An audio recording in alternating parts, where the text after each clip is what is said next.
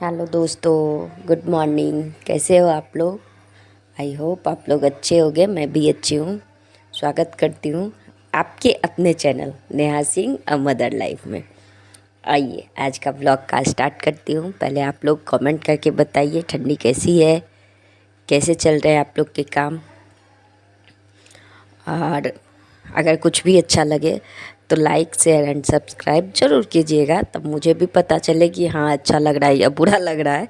Otherwise मुझे पता ही नहीं चल पा रहा है। चलिए, ये है जहाँ से वो ब्लॉग का लास्ट हुआ था, एंड हुआ था, वहीं से फिर से स्टार्टेड है। मैं सारे कपड़े फटाफट से डाल रही हूँ और ये लगभग 6:30 का टाइम हो रहा है, दिया जलाने का टाइम हो रहा है। तो कपड़े डाल के फटाफट से मंदिर के नीचे साफ़ कर दूँगी, क्योंकि कितना भी सुबह में साफ़ करती हूँ, दिन भर में वहाँ डस्ट वह स्लाइडर के पास ही है तो डस्ट भर जाते हैं। फिर दिया जलाने टाइम सबको साफ़ की फटाफट से और दिया जलाऊंगी, क्योंकि शाम का टाइम हो गया था। मैं इधर दिया जला रही हूँ, उधर मेरा बेटा चाय बनाने के लिए बैठ गया है। पता नहीं क्या क्या करेगा, लेकिन उसको शाम में चाय बना के देना मुझे बहुत पसंद है और मुझे भी पीना बहुत पसंद है उसकी हाथ की चाय। चाय अच्छी बनती है, पर एक सुकून रहता है कि हाँ चलो चाय तो दिया और इसी बहाने वो शाम में जल्दी उठता है, नहीं तो सोते रह जाता है। उठाना उसको बहुत ही मुश्किल है, और बच्चों को छोटे छोटे काम सिखाना ही एक माँ का सबसे बड़ा जिम्मेवारी होता है। तो वो कहीं भी किसी भी परिस्थिति में स्ट्रगल कर सके, इसके लिए उसको घर के छोटे छोटे काम अभी से उसके ऊपर जिम्मेवारियाँ डालेंगे तो वो जिम्मेदार होगा, वो लेना सीखेगा। नहीं तो चीज़ों से भागने लगते हैं।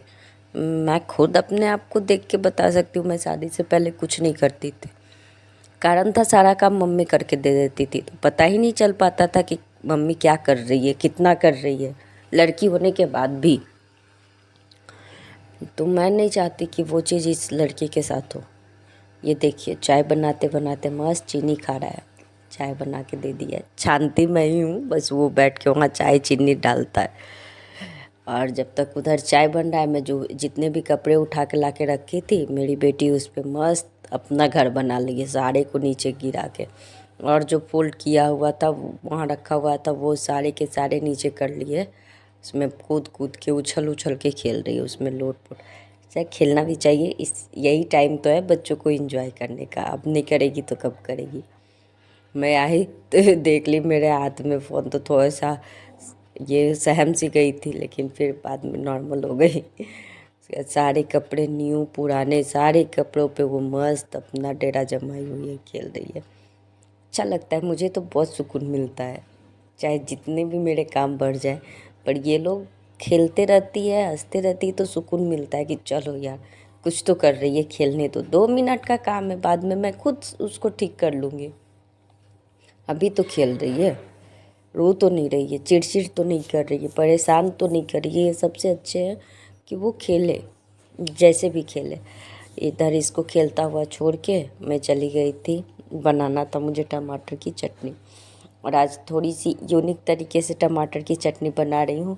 कढ़ाई में तेल डाल के, तेल जब गर्म हो गया तो उसमें हाफ हाफ कट करके टमाटर डाल दी, और लहसुन और मिर्ची उसी में डाल के दोनों को अच्छे से दोनों साइड से सेक ली, टमाटर को भी और लहसुन और मिर्ची को भी। जब वो पक गया तब तक उसको ठंडा होने के लिए रख दी। वो पक गया, वो ठंडा होगा तब आगे का प्रोसेस करेंगे। शादियों में जितनी भी साड़ियाँ निकली थी सबको फोल्ड करके रखना स्टार्ट की। शादी में साड़ी बहुत सी निकल गई थी या सबको बेड में रखना था।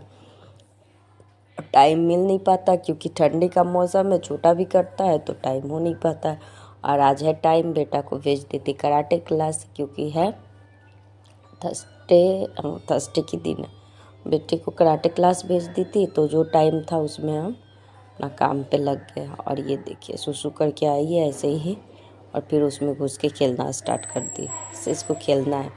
मेरे कपड़े फोल्ड हो गए सब, मैं साड़ियाँ सरिया के चली जाऊंगी चटनी बनाने, क्योंकि टाइम हो रहा है। और हाँ, इतनी जल्दी जल्दी इसलिए कर रही हूँ कि 9 बजे से पहले हो जाए सारा, क्योंकि बेटा के आने का टाइम है। वो आ जाएगा तब तक वो थोड़ा सा उसके साथ भी उसको भी पढ़ाना है, क्योंकि उसका चल रहा है एग्ज़ाम, इसलिए। और यहाँ यहाँ आके मैं फटाफट से बीट रूट की जूस बना लूँगी, क्योंकि हस्बैंड का आने का टाइम है, वो भी 8 साढ़े 7 बजे आ जाएंगे। तो आते ही उनको चाहिए जूस बीट रूट का, तो बीट रूट का जूस बनाऊँगी। और बीट रूट का जूस बहुत सिंपल और बहुत टेस्टी है, ट्राई ज़रूर कीजिएगा। रेसिपी बता देती हूँ, से बहुत ही टेस्टी जूस बनती है और हेल्दी तो पूछिए मत। छोटे छोटे बच्चों को भी आप 2-2 चम्मच भी दीजिए तो भी बहुत है। उसे मैं थोड़ा थोड़ा सबको दे देती हूँ। बीट रूट को छील के अच्छे से छोटे छोटे बाइट में कट कर लेती हूँ। उसके बाद उसमें चीनी, नमक और नींबू का रस, चीनी नमक आप अपने हिसाब से डाल सकते हैं। जैसे यहाँ 2 बीट रूट था तो मैं 1 चम्मच चीनी और आधा चम्मच नमक और आधा नींबू निचोड़ के उसमें डाल, उसके बाद उसके मिक्सी में अच्छे से उसको पीस के और आधा ग्लास पानी डाल के उसका जूस बना लेती। जब एकदम फाइन वो मिक्सी में ग्राइंड हो गया, पीस गया, तो उसका मैं छन्नी से छान कर, क्योंकि चाय छानने वाली छन्नी से छनती नहीं और जो गोल वाली ये छानने वाली आती है उससे छनी नहीं, तो छन्नी से छान के उसके अच्छे से जूस निकाल लें। और तब तक ये भी ठंडा हो गया था तो ग्राइंडर में डालकर इसको भी अच्छे से ग्राइंड कर लूँगी। इसमें 3 टमाटर थे तो इसमें 2 मिर्ची, 3 लहसुन की कलियाँ और 2 प्याज डाल के इसको अच्छे से फाइन सा क्रश कर लेंगे ग्राइंडर में ही। जिसमें प्याज चॉप करते चॉपर में इसको अच्छे से चॉप कर लीजिए, तो बहुत अच्छा एकदम मिक्स हो जाता है। और हाथ से जैसे तोड़ने पे उसमें थोड़े से ये हो जाते हैं, पर ऐसे में वो बहुत अच्छा सा फाइन सा पेस्ट जैसा बन जाता है और प्याज भी उसी के साथ चॉप हो जाते हैं। तो इसको करने के बाद ये देखिए कुछ ऐसा बना और इसमें थोड़ी सी सरसों तेल डाल देंगे। मुझे पर्सनली सरसों तेल ऊपर से डालने के बाद अच्छा लगता है, ऐसे अंदर डाला हुआ है, आपको डालने का इच्छा है तो डालिए, अदरवाइज मत डालिए, और अच्छा टेस्ट अच्छा आता है उससे। और लाल मिर्ची एक थोड़ा सा भून के फिर उसमें हल्का आधा नींबू निचोड़ के डाल दीजिए। बस आप चटनी किसी के साथ भी इंजॉय कर सकते हैं, बहुत ही टेस्टी और बहुत ही यम्मी बनता है। और इधर सारे कपड़े मेरे फोल्ड हो गए थे, लगभग टाइम हो रहा था 7:40 हो रहे थे, हस्बैंड के आने का टाइम हो रहा था। तो मैं फटाफट से वही अपने काम पे भिड़ी हुई हूँ। इन लोग का कपड़ा लगाई, फिर अपने रूम में आ गई थी अपने कपड़े और हस्बैंड का कपड़ा लगाने। वही दोनों बच्चों का कपड़ा दोनों दूसरे रूम में रहता है, बच्चे सोते हैं, मेरे ही साथ ही हैं, पर कपड़े उनके उस रूम में रहते, बाकी सामान उसके उस रूम में रहते। खेलना है, जो भी करना है उसको उस रूम में खेलते हैं। यहाँ हम लोग के कपड़े थे तो कपड़े सारे फोल्ड किए हुए थे, सबको लगा दूँगी। ये भी एक बहुत ही बड़ा काम है, अगर इसमें थोड़े से भी याद किए कपड़े टेढ़े हो जाते हैं, या फिर आपको उसको फोल्ड करने और रखने में टाइम लग जाता है। इसीलिए मैं कोशिश करती हूँ कि जिस दिन कपड़े धुली हूँ, जो उतार के कपड़े रखी हूँ उसी टाइम फोल्ड कर लूँ, नहीं तो बाद में आजकल चढ़ते वो कपड़े ऐसे रह जाते हैं। मैं फटाफट से अपने सारे कपड़े लगा रही हूँ कि अगर रह गए तो बेटी फिर आएगी, उसको फैला देगी और फिर मेरे काम फैल जाएंगे। तो ये किस किस के साथ होता है सब मुझे बताइएगा। मेरे साथ अक्सर हो जाता है कि अगर मैं किसी काम में लग गई, जैसे वो कभी पॉटी कर दी या कुछ कर दी, धोने चली गई और कपड़े रह गए, तो वो पूरे फैला के जाती है और मेरे फिर से बढ़ जाते हैं। सब फोल्ड करने के खाना पीना हुआ, उसके बाद मैं कुछ भी शूट नहीं की थी, क्योंकि इनको ऑफिस से आ जाने के बाद दोनों बच्चे उनके इर्द गिर्द ही घूमते रहते, फिर शूटिंग करने में तो कुछ भी फिर उसके बाद शूट में नहीं की। और ये नेक्स्ट डे सुबह की है, तो सुबह सुबह लगभग 5:30-6 बजे का टाइम है। बेटी जग गई है तो उसके लिए दूध गर्म करके उसको दूँगी और फिर चाय बनाऊँगी। दूध दे के आती हूँ क्योंकि उसको लगी है भूख, रात से कुछ खाई नहीं है। उसके बाद वो भी उसको दूध दी, वो आराम से अपना दूध एंजॉय की, मैं चाय पी, उसके बाद लग गई अपने कामों में। ये मैं सोफ़ा क्लीन कर रही हूँ क्योंकि बहुत 2-3 दिन से मैंने ब्रश से इसको झाड़ा नहीं था, तो इसमें बहुत सारे डस्ट इकट्ठे हो गए थे, तो ब्रश की हेल्प से मैं इसके अच्छे से डस्टिंग कर दूँगी। डस्टिंग करने के बाद सोफे सेट कर दूँगी।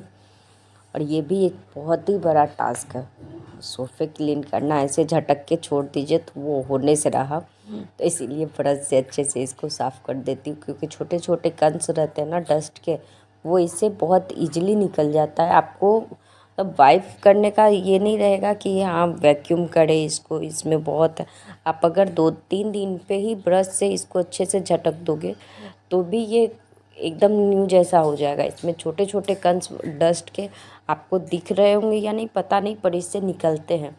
आप जब झटकोगे तो आपको पता चलेगा इससे निकलते हैं। तो मैं हर दूसरे तीसरे दिन इसको, पर डे तो नहीं करती, पर डे ऐसे ही कवर उठा के झटक के फिर से लगा देती हूँ। पर हाँ दूसरे तीसरे दिन इसको अच्छे से रब करके रगड़ के साफ़ कर देती हूँ। उसके बाद इसको कि फिर बेटी को खाना था ऑरेंज, ऐसे थोड़ी सी बिस्किट, एक बिस्किट खिला के फिर इसको ऑरेंज खिला दूँगी, क्योंकि सुबह सुबह का टाइम है। और ये है मैडम मानने को नाम ही नहीं लेती है, इसको जो खाना है वो खाएगी, और नहीं तो खाती ही नहीं है। खाना खाने में तो इसके बहुत नौटंकी है, तो जो खाती है इसको आराम से बैठ के पहले खिला लूँगी, फिर बाकी का काम करूँगी। अभी बज रहे हैं 8, 8:30-9 बजे के आसपास का टाइम है, तो मैं फटाफट से इसको खिलाने में लग गई। और आज हो गया मेरे साथ एक कांड। ये खाना खाने के बाद बोली ऑरेंज खा ली, उसके बाद बोली मुझे सोना है, कि सुबह जगी थी 5:30 बजे। इसको लेके सुलाने गई, मैं भी सो गई। और हस्बैंड को जाना था 1:30 बजे ड्यूटी, रोटी में 11 बजे। नींद लग गई, एक तो ठंड की मौसम, ये बोलते थोड़ी सी आलस आप पे बहुत भारी पड़ती है, आज मेरे ऊपर भारी पड़ी। मैं इसको खिलाई और चली गई सोने के लिए इसके साथ। सोई तो ऐसी नींद चढ़ी, ऐसी आफत हुई कि फिर भाग भाग के सारा काम मुझे करना पड़ा, क्योंकि जाना था ऑफिस भी इनको और काम भी करने थे बहुत। यहाँ मैं डाल रही थी मछलियों को खाना। हाँ कैसे की क्या की ये नेक्स्ट ब्लॉग में बताऊंगी, क्योंकि ये फिर बहुत लंबा हो जाएगा। नेक्स्ट ब्लॉग में दिखाऊंगी कि मैंने कैसे क्या किया, सो के जगने के बाद क्या आफत मचे और कैसे क्या हुआ। और वीडियो में कुछ भी अच्छा लगे तो लाइक शेयर एंड सब्सक्राइब जरूर कीजिएगा। मिलते हैं कल फिर 10:30 से 11 के बीच। तब तक के लिए बाय बाय, टेक केयर और ठंडी में बच के।